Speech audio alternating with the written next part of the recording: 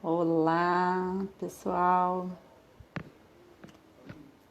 Começando mais uma live de mulheres negras na extensão da UFSB. Vamos esperar entrar os primeiros convidados, os primeiros ouvintes. E hoje temos a professora Keila Mara Araújo. Esperando ela entrar para convidá-la. Ela entrou. Pronto, vamos convidar. Olá, oi, Kel.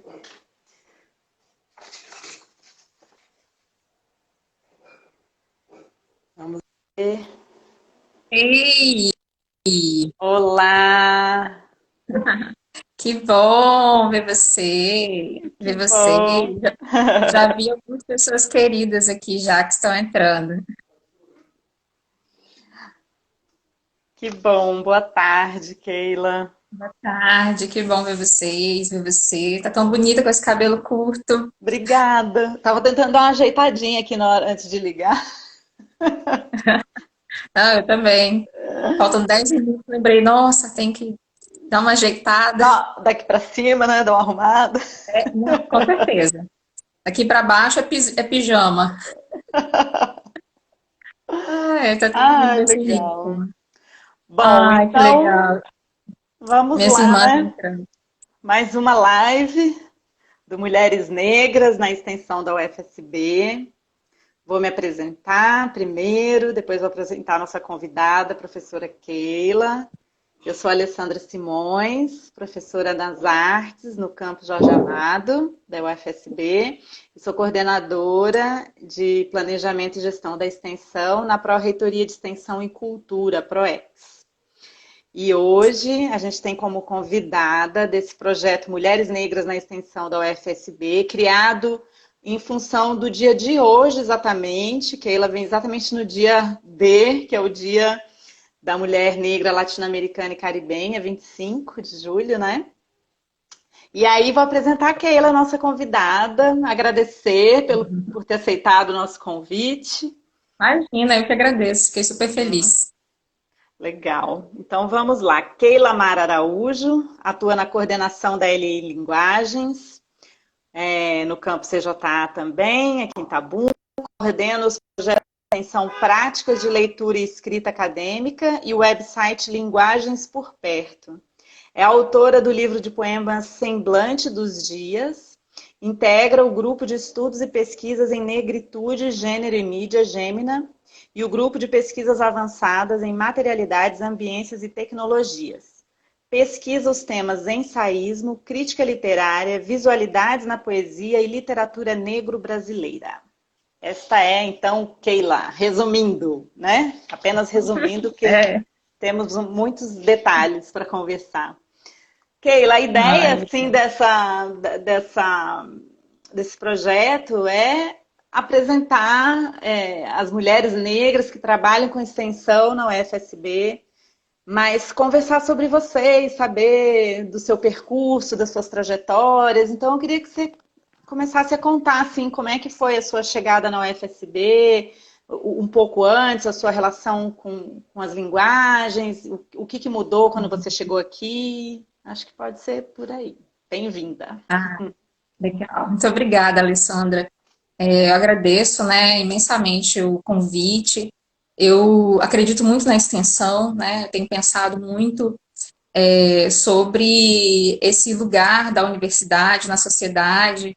Vejo aqui que tem vários alunos, né, Ah, da educação básica, agora do curso da Linguagens também na UFSB aqui comentando.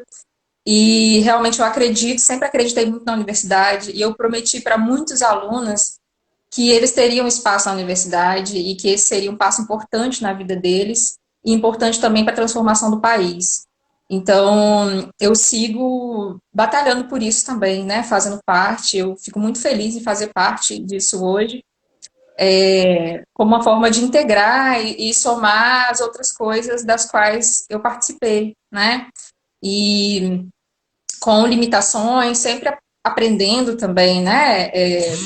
Eu me coloco muito nesse espaço de aprendizado, mas também trazendo o que eu sei fazer, né? E eu afirmo mesmo que eu sei trabalhar com educação, eu sei formar leitores e eu tenho muito orgulho disso, principalmente pelas trocas, né? Pelos resultados. Então, tem alunos aqui hoje que foram meus alunos e alunas na educação básica, e hoje estão no Instituto Federal, na Universidade Federal, e isso é uma coisa que me alegra muito. Eu sonhei junto com eles, então eu acho que a posição da mulher negra, principalmente na educação, é muito levar isso, né, como direito. A gente tem direito a sonhar, a gente tem direito a pensar em dias melhores para nós e para a sociedade, e isso muitas vezes é retirado, né, é roubado de crianças negras, principalmente, crianças pobres, da educação pública, né, que não mais, né, hoje nós temos uma visão diferente, que tem mudado, ainda tem muito a ser feito, mas há umas décadas, né, há uns 15 anos, os alunos não, na escola básica, não ouviam falar da universidade, não sabiam que existia, Aham. né, então eu sempre briguei muito contra isso, porque eu acho que o primeiro papel do professor é acreditar nas potencialidades dos alunos e incentivá-los, né? Então, se a gente pode almejar, enxergar em um aluno um destino, um caminho, eu acho que tem que ser o melhor possível. E eles nos dão motivos para isso. Então, eu defendo muito essa visão. Na minha trajetória, eu tive muita sorte, né? Porque minha formação vem de educação formal, mas vem de educação de casa também, muito amorosa, com todas as dificuldades que a gente sabe que uma família enfrenta, né? Mas uma família muito ativa, né? Minha mãe sempre me dizia todos os dias para nós: minha filha, estude para ser independente. Minha mãe falava isso todo dia. Até brinco que ela me acordava falando: filha, acorda, estuda para ser independente. Almoça, estude para ser independente, né? Se alimente bem, né? E era muito isso. E eu consegui, e minha mãe também é independente, né? Minha mãe também é um exemplo, passou num concurso público, fechando uma prova. Meu pai também, que sempre prezou muito o estudo, passou por muitas dificuldades, né? Desde as situações inimagináveis para comprar material escolar, a depois de trabalhar o dia inteiro em serraria, derrubando mata, ir para a escola à noite. Então, e também é concursado, também aprovado em primeiro lugar. E então, assim, eu venho desse espaço, com muitas dificuldades também. A gente sempre tem que responder aos nãos, né? Que são muitos, desde sempre.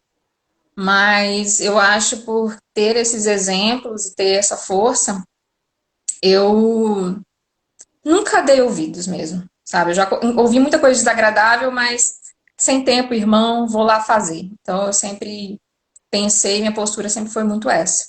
Eu não fico me prendendo assim. Então a educação sempre foi muito importante na minha vida. E eu sempre fui muito sonhadora, né? Chegava a ser sem noção de tão sonhadora que eu era. Então, eu sempre soube também que eu trabalharia com algo que seria muito mais do que um expediente diário e um salário no fim do mês, assim. Mesmo sabendo que todo trabalho tem sua importância, as pessoas batalham, né? Hoje o trabalho é uma área mais atacada e desconstruída, uma das mais, né? Desconstruídas na sociedade. E então, assim, todo trabalho tem seu valor e sua participação, mas como sonhadora eu queria trabalhar e transformar e ser transformada também. Então, eu sou muito feliz mesmo. E, e é isso. A minha chegada na UFSB foi assim, no período que eu estava exausta. Tinha acabado de defender a tese de doutorado, foi um período difícil, também, né? De bastante luta, trabalhando também sempre. Um período no país, né? Então não é fácil ser pesquisadora e professora ou em nenhuma área, desde 2015, 2016 principalmente, mas eu entrei na UFSB em 2018, então naquele momento foi muito importante para mim ter chegado aqui, nesse espaço, nessa universidade que carrega essa força política com envolvimento, né? Eu acho que com muita sinceridade dos que estão envolvidos.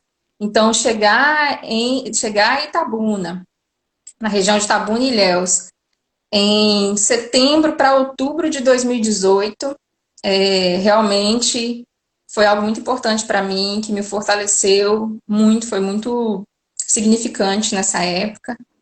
E eu tive o apoio, né, da minha família sempre, dos meus amigos, das minhas irmãs que estão aqui, que são companheiras de vida de todo dia, minha mãe também, meu pai, meu companheiro.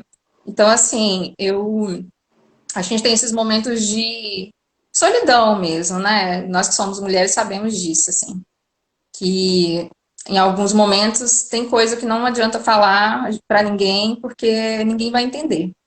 Que é a gente com a gente mesmo, mas a gente também encontra caminhos, né? Eu acho que isso é bem bonito. E logo depois a gente encontra um abraço e palavras bacanas, e a gente se encontra, e daqui a pouco a gente se sente sozinho de novo e a gente continua seguindo. É isso. Ó, se deixar, eu vou ficar falando. Ah, tá lindo, depoimento lindo, Keila.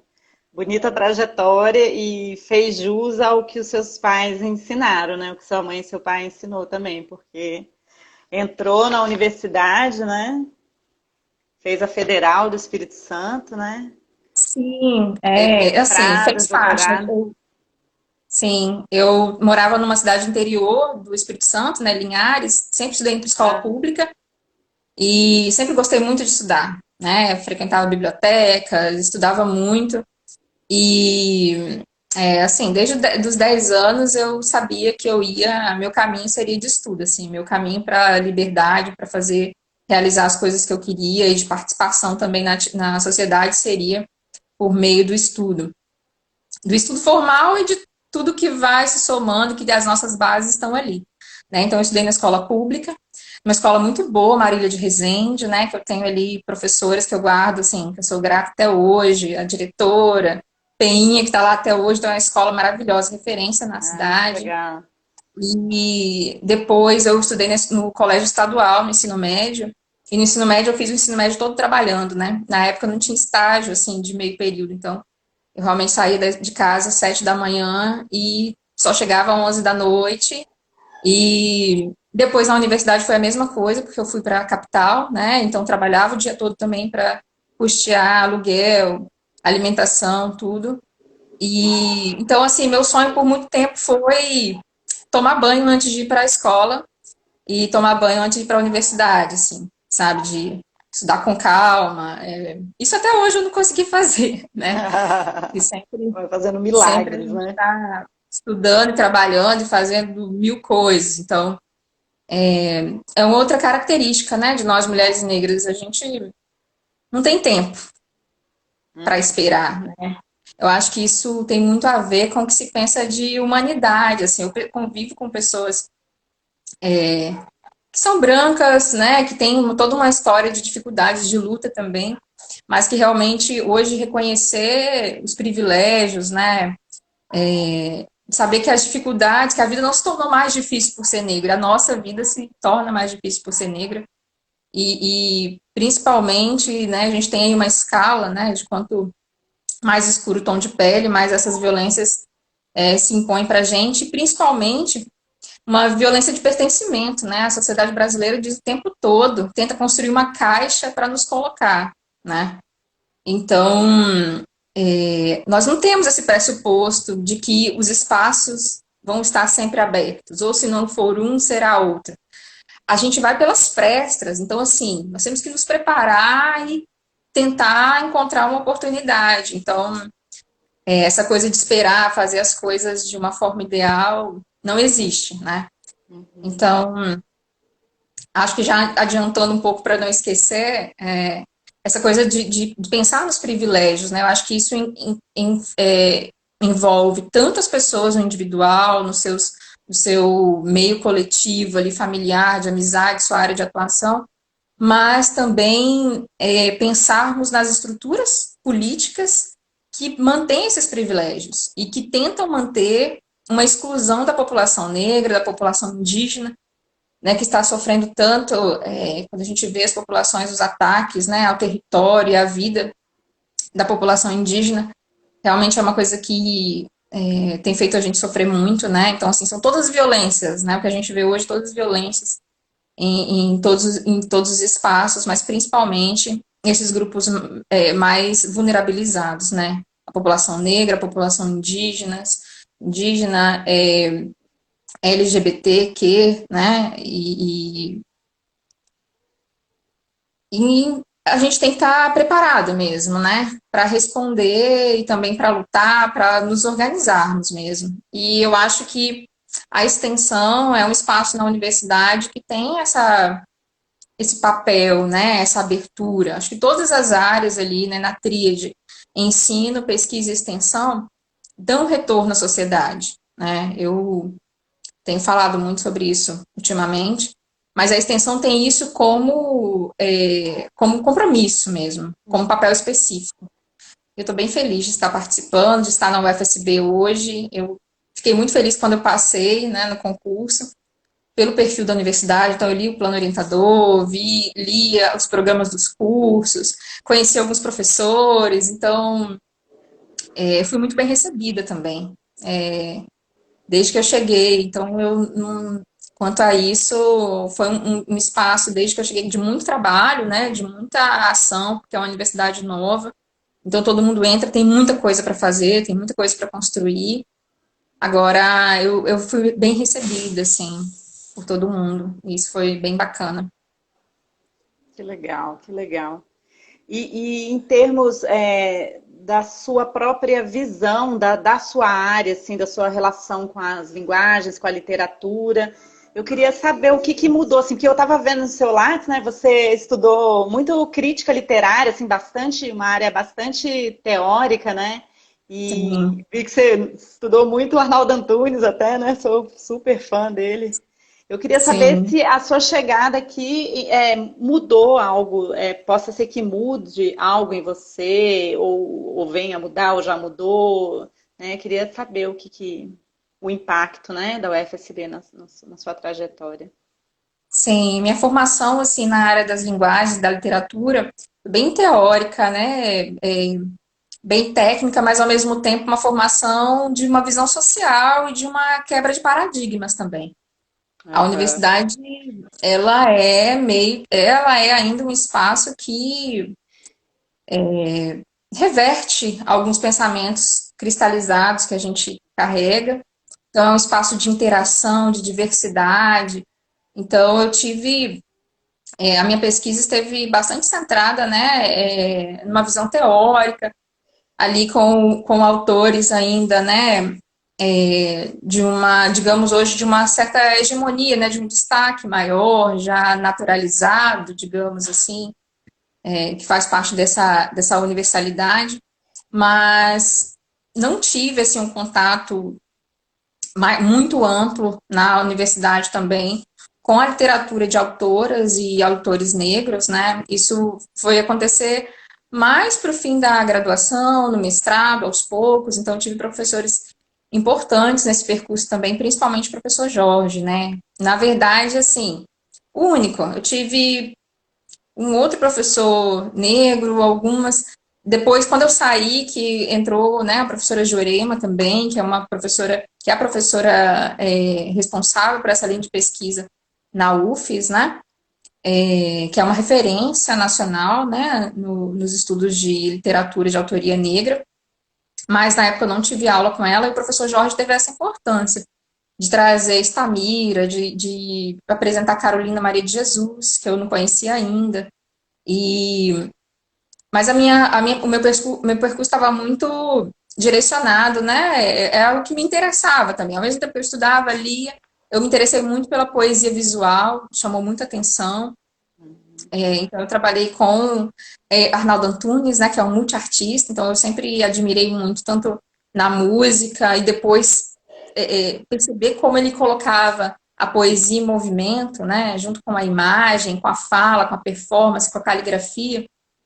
E aquela forma de ver o mundo urbano e contemporâneo por vias da poesia e transformar as coisas, né?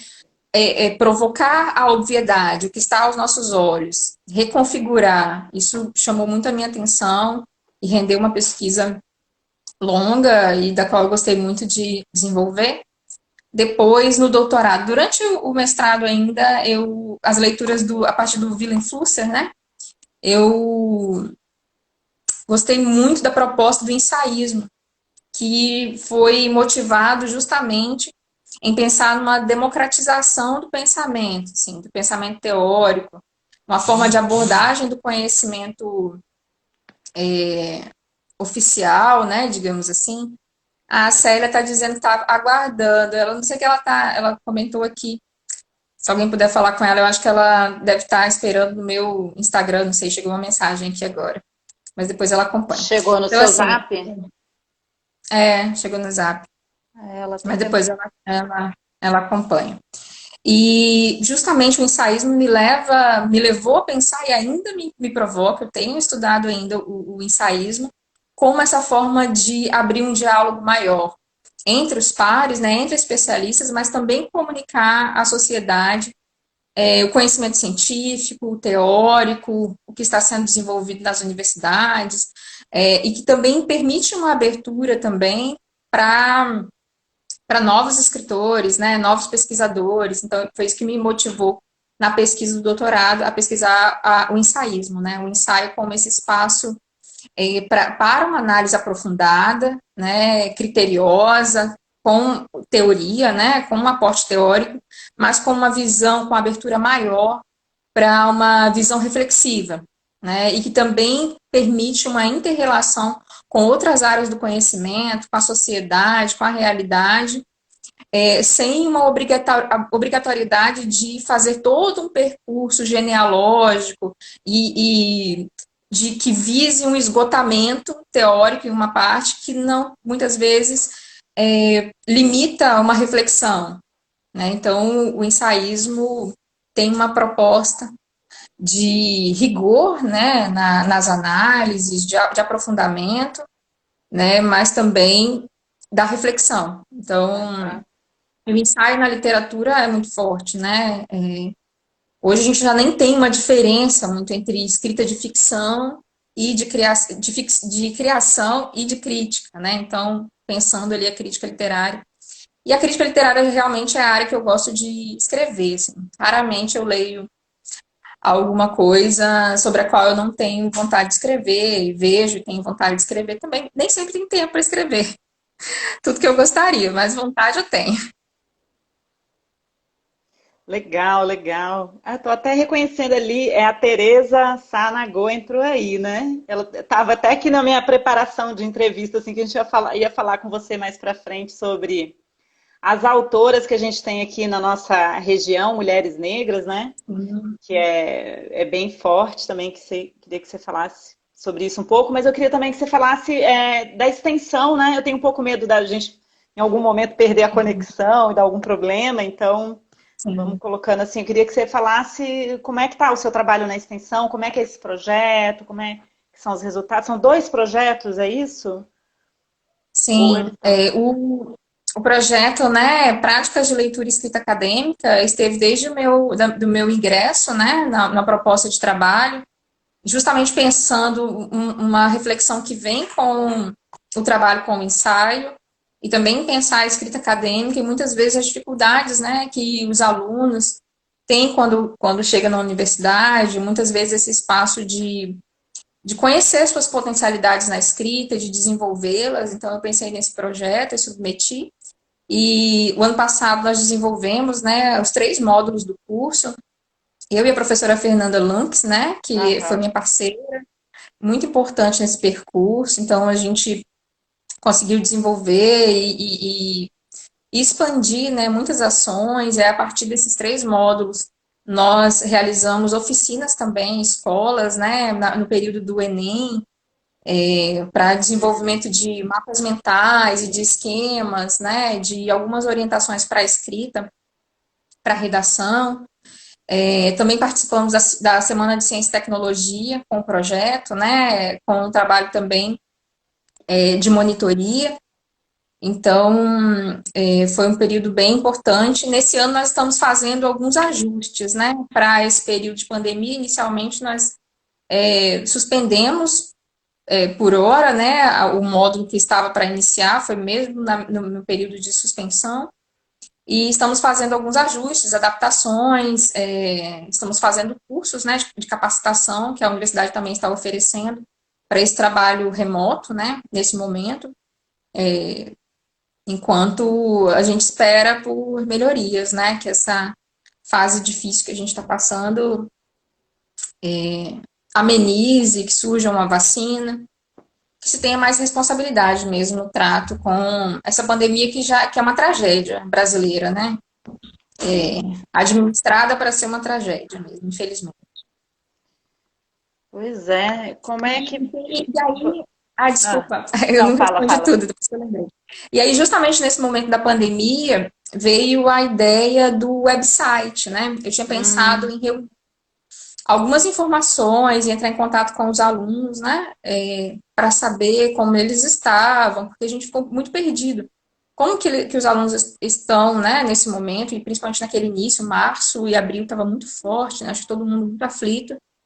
Então, nós pensamos numa forma de ter o contato, né, de manter um contato, um diálogo com os alunos, uma continuidade do trabalho com as linguagens, mas com cuidado também, que não, né, para não prejudicá-los. Então, nós pensamos, e aí conversando, a partir dessa ideia, conversando com as professoras, a Milena falou, eu pensei num blog, numa página, e aí eu fui pesquisar e vi que o site, né, que era simples, né, não simples, né, um trabalho, foi uns 10 dias só para estruturar o site, e pensamos, né, e está no ar o site Linguagens por Perto, aí como uma atividade de extensão, os professores também participam, editam, nós estamos mobilizando os alunos também para participar, então agora com o retorno das aulas em modo remoto, isso já era uma previsão, né, que depois do retorno seria um espaço também para divulgação dos trabalhos dos alunos, uma integração mais ativa dos alunos participando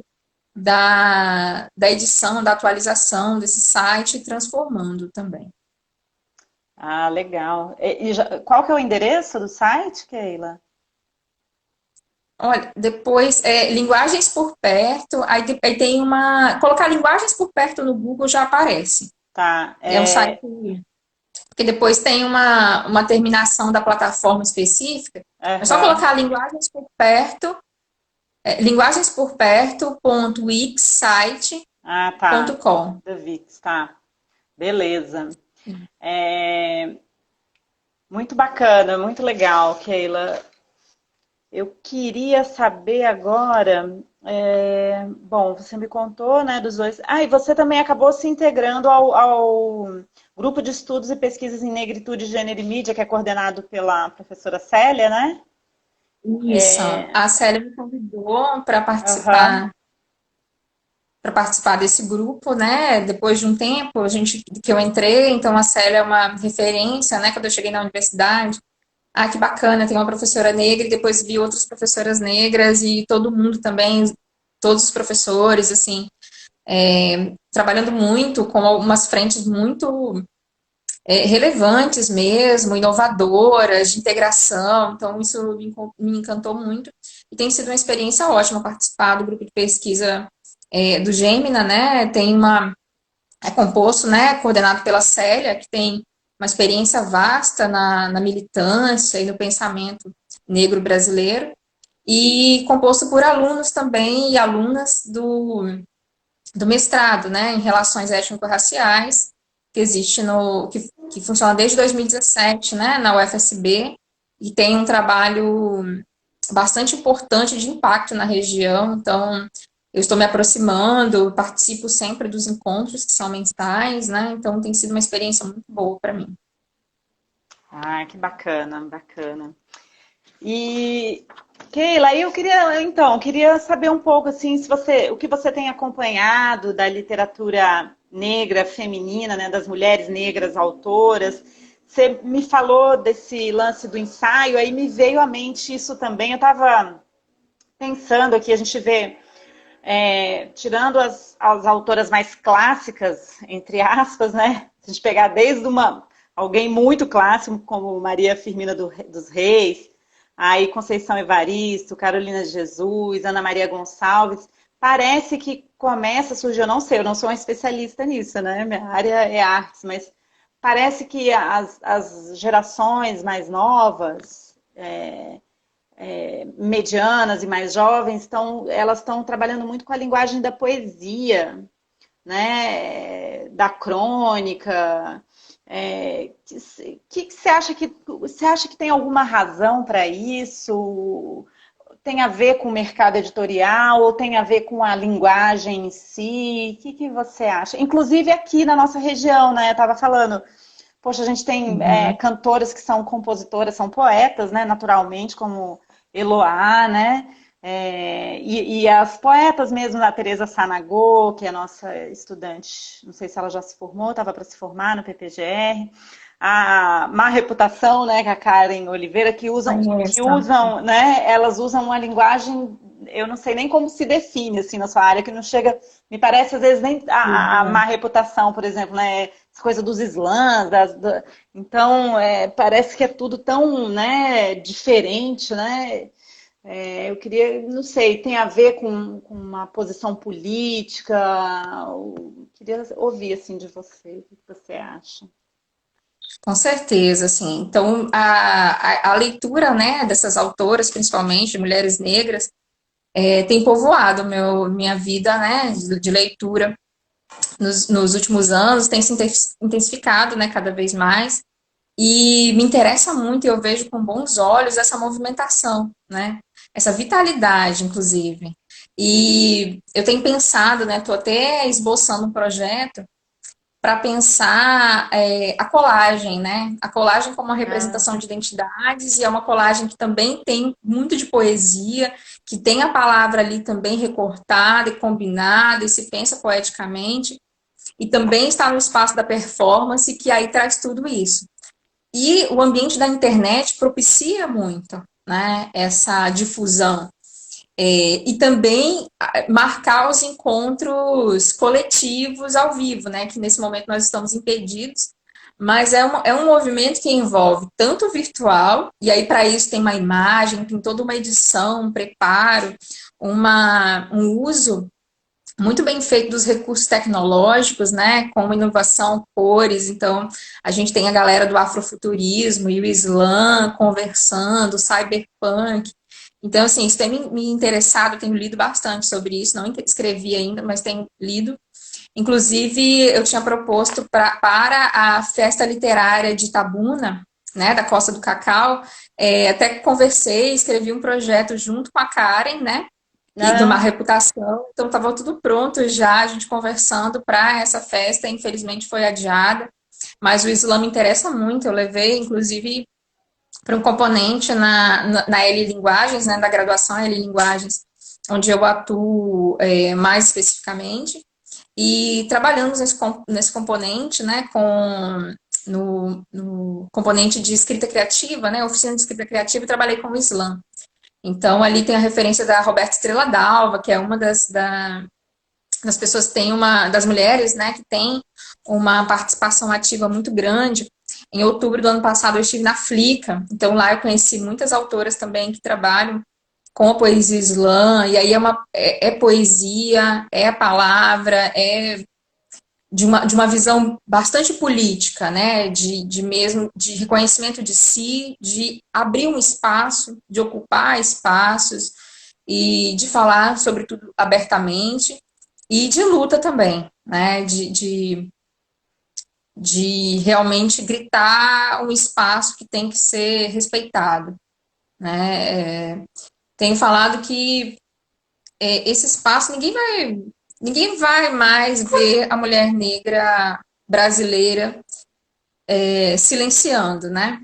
Então, assim, no máximo que a gente faz, o máximo que vai acontecer é a gente esperar o momento oportuno de falar. E geralmente tem sido na hora, né? tem sido na hora, na lata, igual a cineasta, né, Mariane Ferreira. Agora, eu não sei se estou confundindo.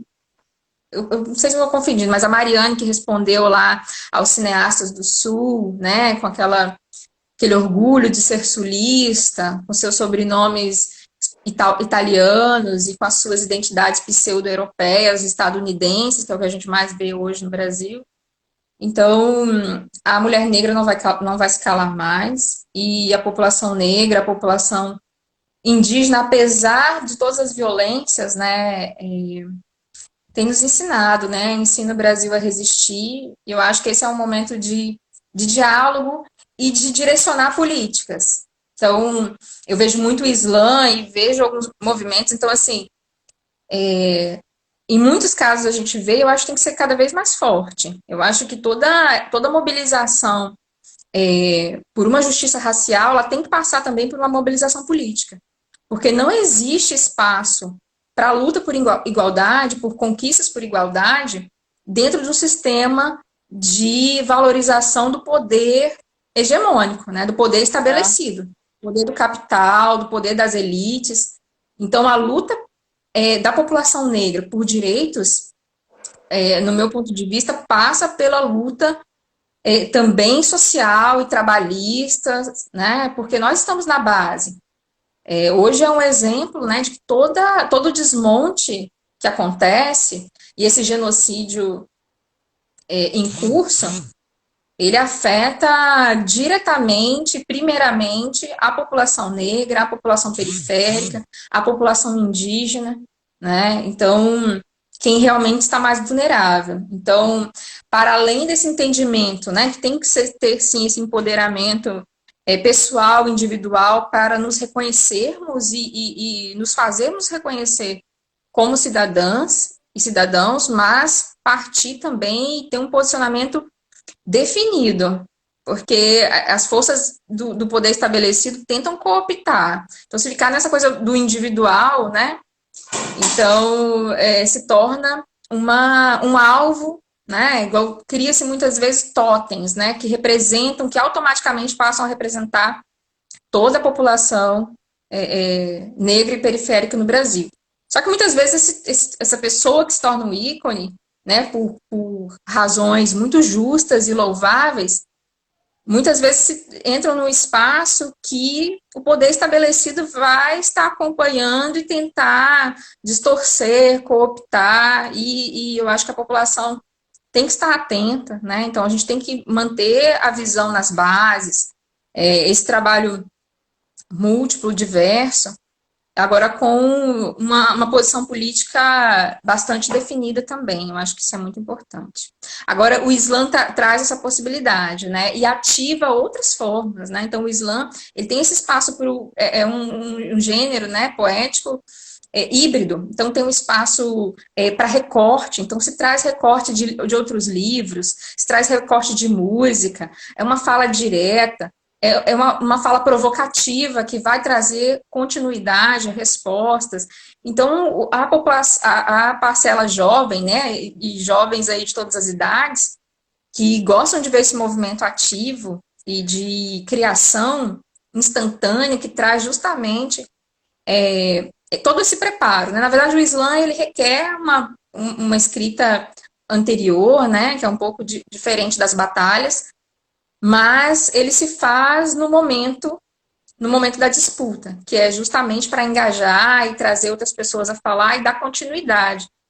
Então tá tudo junto, né? Então o Islã realmente me interessa muito e também essa poética da visualidade, principalmente hoje na internet, que se dá, eu tenho visto por essa colagem que na verdade vem para remeter, para trazer, para presentificar na internet, reunir todas essas forças que são múltiplas, né? Então, trazer uma ancestralidade, uma história de quem veio depois, presentificar quem foi silenciado, quem foi apagado, que na história da literatura e da sociedade brasileira, na marcação, no registro da história, tem essa falta que foi imposta com violência racista, né? Então, a colagem e o Islã, permitem esse recorte e essa união, né, que traz um encontro entre tempos, aí, de um recorte do passado e presentifica uma simultaneidade com a fala hoje, e principalmente uma visão de futuro. Então, acho que hoje uma motivação que tem me envolvido bastante é pensar na negritude, né, no nosso poder de criação de pensamento, inseridos na sociedade, né, e com uma conquista, que é uma conquista, cada uma e todas elas, uma conquista individual e também coletiva, social, porque essas conquistas só acontecem e tomam as proporções que tomaram, né, no Brasil, e que ainda são insuficientes, porque existe uma estrutura pública, do poder público, criando políticas públicas que permitam isso, né, com luta, e a existência dessas políticas públicas se deram atendendo a uma reivindicação muito forte dos movimentos negros, né, indígenas, da população trabalhadora, dos trabalhadores, né, massacrados pela pobreza no Brasil e pelo cerceamento de direitos. Então, eu acho que a literatura, o Islã tem um espaço, sim, numa estética muito desenvolvida, né,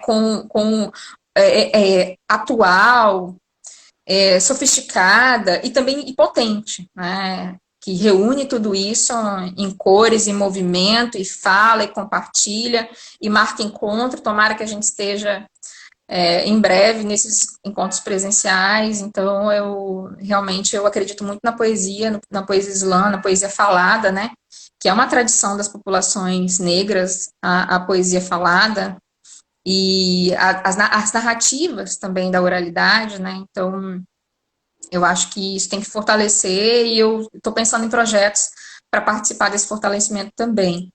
Então, a minha leitura hoje, né, a minha experiência de leitura, ela é atravessada por várias autoras negras, né, a Stamira, que é uma figura, que é uma pensadora para mim, que tem uma importância na minha formação, tanto quanto Clarice Lispector, né, e foi apresentado pelo professor Jorge na graduação. Então, eu sou encantada mesmo, sou muito agradecida pelos conhecimentos ali de Stamira. Também Carolina Maria de Jesus, né, que traz ali uma mulher que enfrentava a fome todos os dias, né, a fome de si, dos filhos. Chegava em casa à noite depois de um trabalho duro, sem retorno, sem saber, né, como iria alimentar os filhos, com fome, porque ela escrevia muitas vezes para esquecer um pouco da fome, que não se esquece. Então, é uma escrita atravessada, que isso não pode ser esquecido. Então, essa coisa da fome, os meus alunos antigos sabem como que eu sempre combati mesmo esse pensamento que naturaliza. Não se pode naturalizar a fome, né? Esse assalto de todos os direitos. E a Carolina escrevia e deixou isso historicizado, documentado, e com uma estética da sobrevivência ali, né? Então, ter uma mulher que escreveu tanto que ela escreveu, que bateu nas portas de jornais, teve seus textos publicados antes do livro, né, ser publicado, teve textos publicados em jornais, né, mesmo sem ser vista nesses espaços, né, ela enfrentou tudo. Então, se hoje a mulher negra não é imaginada como parte de uma intelectualidade no Brasil, imagine na década de 60, né, de 1960. E Carolina fez isso, enfrentou e publicou vários livros, vão ser publicados agora pela Companhia das Letras, que tem essa honra, né? É uma editora que vai ter essa honra de reunir a obra da Carolina Maria de Jesus, e realmente ela tem que ser lida por essa população, principalmente nesse momento.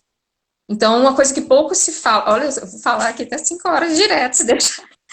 Uma coisa que pouco se fala, né, quando eu falo da importância de um posicionamento político, né, por direitos e por respeito, reconhecimento étnico-racial, que está sempre atrelado à política também, pouco se fala, mas a Carolina Maria de Jesus, o apagamento que ela sofreu, né? Então, uma autora que vendeu 60 mil cópias e com o Quarto de Despejo. E depois, quando ela começou a ser uma intérprete do Brasil, ensaísta, pensando a política, a sociedade brasileira, escrevendo, criando narrativas, peças de teatro, ela foi apagada, né? Ela foi silenciada, e esse silenciamento muito se deu à ditadura militar, né?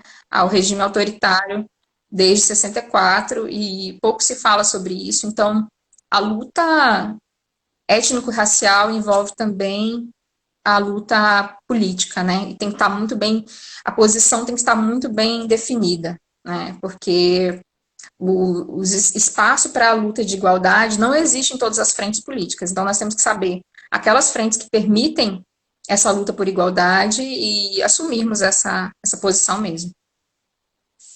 Muito bom, muito bom. Um belo panorama aí você deu pra gente, Keila. Agora, eu queria saber de você, escritora, né? Você escreveu um livro de poemas, Semblante dos Dias. Como que é, Sim. assim, Keila, escritora? Então, pois é, não escrevo desde pequena, assim, poemas. Sempre gostei de escrever. Na verdade, a escolha da profissão foi muito pensando nisso, né? No início, assim, 10 anos, eu queria ser jornalista para escrever. Então, eu Uhum. sempre gostei muito de escrever. E aí, eu tinha que... O curso de jornalismo era impossível para mim, porque ele era diurno e eu precisava trabalhar o dia todo, que era em outra cidade, era na capital. Então, eu fui pensar em um curso noturno que eu pudesse fazer. E aí eu pentelhava, eu pegava o encarte da universidade e ligava para os colegiados. Imagina, uma menina de 17, 18 anos, lá do interior, ligando, pentelhando os colegiados, as secretarias, perguntando, me explica, mas assim, o que eu vou poder fazer? E eu gosto de escrever, eu vou poder? E como vai ser? Ah, eu queria... Contava toda a história. E aí uma pessoa muito paciente me atendeu e falou assim, olha, e eu pensei, né, na época eu estava pensando em vários cursos e letras também. E aí uma pessoa falou para mim, olha, quantas empresas de comunicação de jornal tem no seu estado? Aí eu pensei, 3. Na minha cidade não tinha nenhuma, só a rádio na época. E aí, e quantas escolas?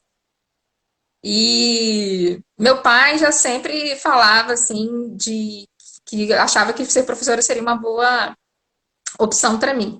E aí ele acabou acertando, que eu entrei no curso, me apaixonei e vi que infelizmente jornalistas sofre uma pressão muito grande, então eu não poderia escrever o que eu queria escrever, assim, no jornalismo, pelo menos institucional, né? Hoje a gente tem jornalismo independente, ainda bem, né? E tem que ser fortalecido. Mas aí eu fui parar no curso de letras e realmente me apaixonei, assim, não me vejo, e logo eu me identifiquei, e não me vejo, nunca me vi sendo outra coisa que não professora. E lendo muito, então eu descobri que esse contato com a literatura que ia, enfim, realizar o meu desejo de escrever, que eu podia escrever. Então eu comecei a escrever aos poucos. Na verdade, tanto ler, eu nunca me imaginei escrevendo poema, né? Me imaginei escrevendo, né, reflexões, ensaios. Mas de tanto ler e trabalhar com poesia, parece que uma hora, né, a gente vai lendo, lendo, e uma hora a gente começa a pensar, e eu comecei a pensar mesmo em versos e registrar, e depois editar, trabalhar e pensar na forma, né? Porque a poesia é justamente dizer algo de uma forma única, peculiar, transformadora, que vai provocar um espanto, que vai reverter a ordem normal das palavras e das coisas no mundo. Então, eu acho que eu acho que eu sempre vi um pouco a vida poeticamente, eu passei a ver a escrita e a possibilidade de escrever poeticamente também. Eu tenho escrito poemas todos os dias e tenho muita coisa escrita. Está faltando tempo para parar, editar e transformar tudo isso realmente em formato de livro, então não tem previsão para nova publicação, mas eu estou escrevendo bastante, tem muita coisa, muitos textos escritos. E eu sou apaixonada por poesia. Então, eu leio os livros, leio também na internet, tem muitas páginas do Instagram, principalmente. Hoje pela manhã eu estava organizando vários prints, né, que eu capturo a tela, e aí depois eu fui guardando e montei um PDF com essas referências, com muitos poemas e Ai, que livros. Então, legal. minhas referências hoje vêm de leituras, quando a gente lê, muitas vezes vem ideias, né, para outros livros, tem referência. vem de estudos teóricos, teses, artigos científicos que eu leio, mas vem muito da internet também. Então, tenho encontrado referências, principalmente contemporâneas, que estão sendo escritas agora na internet. Então, é dentro desse diálogo. Ai, que legal. E tem algum assim que você poderia nos presentear com uma. Ah, sim, deixa eu abrir aqui. Fica na minha tela, tá, gente? Então, aqui já fica. O livro tem nome, já tem nome, não pode adiantar o nome. Mas já tem aqui uns 90 poemas, e deixa eu só escolher uma aqui. Tenho muitos, mas eu Legal. vou pegar um. Nossa, prolífica. Eu não tinha preparado ainda, não estava preparada para essa pergunta. Eu fiz roteiro, tá? Porque vou contar um segredo. Vai participar de uma entrevista, seja lá o que for, fale o que você quer falar. Olha só, olha o atrevimento, né, Alessandra? São, Mas mas aí é você isso vai pelo também, menos é. adaptando, né? O que você pensava em falar, ó, tem gente rindo aí. E, gente, eu sou assim, dando aula também, né? Os meus alunos sabem. É. Ah, tem uma aqui da. Deixa eu ver. Ah, gente, o problema é que são muitas, né? Ah, Difícil tem um escolher. curto aqui que eu acho.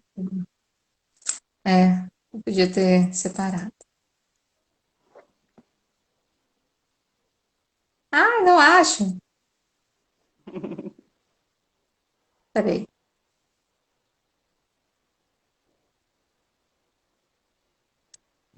Olha, essa previsão eu não fiz, né? Deixa eu ver aqui. Vou ler um que eu já tinha publicado no Instagram, depois se eu achar o que eu queria, eu trago aqui. O poema pensou que sabia falar de morte. Pairava distante, avistava as manhãs, desceu no ponto da praça, parou na calçada, fitou de longe o jornal, socorreu a volta para casa. Ainda esperava fios de gente e gotejava palavras longas, que ainda não valem nada nesta hora. O mundo insone, num giro profundo, transmutou tudo para sussurrar vozes da falta, né? E a performance aqui foi de surpresa, né? Então, esse aqui que eu queria, que é curtinho, tá, gente? Não tem nome ainda, não tem títulos, poemas, tem que criar ainda. Todos os recursos digeridos para fazer o tempo dar mais do que tem ou menos do que querem todas as coisas. Esse aqui é bem curtinho, mas Ai, que eu legal. não sei, talvez ainda tenha coisas para desenvolver, mas é isso. Tem vários Ai, que aqui, eu estou massa. trabalhando nele, fica aberto na minha tela do computador e quando vem uma ideia, todo dia eu paro, na verdade, um pouco para editar, para ler novamente e tudo. Sandro, Alessandra. pró-reitor, né, da Pró-Reitoria de Ações Afirmativas, deixou um comentário aqui também, né? Quero também registrar e agradecer a importante contribuição da professora Keila às atividades em defesa das ações afirmativas na UFSB. Muito bom, Sim, né? Que Keila. eu trabalho no comitê, né, em defesa das Aham. ações afirmativas. E tem sido uma experiência muito importante, né? Desafiadora, mas muito importante também. Muito obrigada. Eu agradeço também o apoio do Sandro sempre. Legal. Bom, assim, tá terminando o nosso tempo. Você quer falar mais alguma coisa que eu não perguntei, que realmente eu já tinha que ter feito essa pergunta há um tempo atrás, mas né? Alguma coisa que eu não perguntei que você acha importante falar? Eu acho assim, pensar na universidade, né? Porque muitas vezes a gente ouve falar assim, tem foi feito um picho, né? Que eu até gosto bastante da postura do picho em muitas situações, que falava assim, né? O seu trabalho, sua pesquisa na universidade chega na perifa, né? E eu acho que a extensão é para a gente pensar sobre isso e já deu muitas respostas. Então, uma coisa que eu tenho discutido hoje é que eu geralmente não aceito mais falar a universidade não chega na sociedade. A universidade chega na Sim. sociedade, chega por meio de Aham. todo professor que vai para a escola pública, pesquisas em todas as áreas, que vem pensando na população também. A gente sabe que falta uma participação, uma integração maior, né, uma inclusão da população mais vulnerabilizada na universidade, mas graças às ações, né, às políticas públicas, a partir de 2002, né, até 2016, isso tem acontecido e tem mudado, e nós estamos aqui muitas vezes para defender essa posição. Então, eu não aceito mais essa visão de que a universidade está distante da sociedade, né? Nós temos hoje, você é coordenadora da ProEx, e nós estamos trabalhando agora na acreditação da extensão, que vai reservar 10% da carga horária de todos os cursos para a extensão. É uma direção que vai realmente trazer novos paradigmas, e muito disso já é feito. A lista de projetos de extensão é extensa, então cada vez mais tem integrado professores nessa ação, e os alunos também. Tem muito a ser feito, que tem muito a ser feito, que tem que ser intensificado e ampliado. Eu aceito, mas a universidade está próxima, assim, da sociedade, cada vez mais. A gente tem tentado, né, diálogos e espaços. É lógico que a gente tem também meios institucionais, nem tudo que se pensa em fazer se consegue fazer de imediato, mas a universidade está preocupada, sim, com a sociedade, dá retorno, sim. Pelo contrário, tem outras áreas, né, públicas, e principalmente o setor privado, que muitas vezes direciona um ganho que é desenvolvido aqui para o externo, para o individual, apenas para o meio coletivo. O serviço público e a universidade pública, ela está sempre pensando na sociedade, né? É lógico que a gente tem que ampliar isso cada vez mais, mas a extensão, principalmente por meio da extensão, a universidade tem estado cada vez mais próxima, integrando, trazendo as contribuições, né, dos mestres dos saberes, como a gente tem na universidade, e para além disso, dos próprios alunos que vêm com uma carga bastante importante, significativa, em diálogo com os professores, que são profissionais, pesquisadores, especialistas na área, e que têm muito a ensinar também, né? Eu acho que essa visão do professor, ela tem que ser respeitada, em diálogo com os alunos e com a sociedade que contribui muito, e essa abertura é feita, né? Então, hoje a gente tem... o Felipe colocou um poema aqui do livro. Legal. Então, hoje a gente tem tudo isso, essa discussão hoje vem para ampliar, né? Eu acho que a ampliação, ela tem que acontecer, está sendo feita com luta, né? Bastante luta, mas está acontecendo, e é isso. Em relação às mulheres negras, né? A população negra, indígena, a população vulnerabilizada, nós temos que ter mesmo uma posição política, porque, como disse o professor Cazé, né? Que é um professor indígena aqui da UESC, ele disse uma vez, eu não esqueci, o índio, né, o indígena, ele pode ser reconhecido, né, pode ter sua humanidade reconhecida, ele só não pode ter terra. Então, o meio, né, o mercado financeiro, ele vê muito isso. Então, graças a uma luta e ao sofrimento de muitas pessoas, hoje é praticamente impossível negar a nossa humanidade. Nós estamos presentes, estamos afirmando essa humanidade a todo momento. Isso está ecoando, ninguém pode negar mais, não permitiremos que isso seja negado. Agora, os espaços, políticas públicas que garantam a nossa participação, isso vai sendo subtraído todos os dias. Então, nós temos que estar sempre cientes da luta, que essa luta é por existência, identidade, e também é uma luta política que tem lado, né? Tem que ter lado, porque não são todos os espaços que permitem a nossa participação e o respeito às nossas vidas. É isso, maravilha, gente. Keila. Obrigadíssima também. Nossa, eu que agradeço. Hoje... Maravilhoso. Você nos despejou uma série de palavras maravilhosas, profundas, Imagina. Críticas, políticas e, ao mesmo tempo, muito esperançosas, muito afetivas, afetuosas.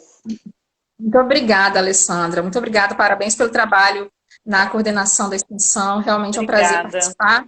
Fiquei muito feliz com o convite. Hoje é aniversário do meu sobrinho, João, 1 aninho. Então, assim, o que eu vou fazer nesse dia que eu queria tanto estar lá? E, assim, hoje você trouxe essa forma que eu estou, tá? Estão todos lá no aniversário, assistindo a essa transmissão. Então, que legal!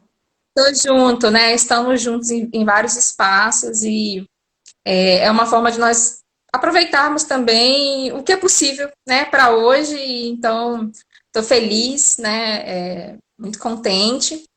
E em breve a gente vai estar junto e compartilhando abraços, conhecimentos e criando muita poesia, literatura, para a gente realmente trazer, né, essa riqueza da população brasileira, né, de uma identidade. Não se pode pensar em identidade brasileira sem pensar a população negra. Eu acho que esse foi temos 15 segundos, hein, Keila? Agora o Instagram Gente, avisou. muito obrigada, Alexandra. Então, valeu, estamos tudo formando de bom. Estamos aí, estamos a juntas em identidade breve. nacional.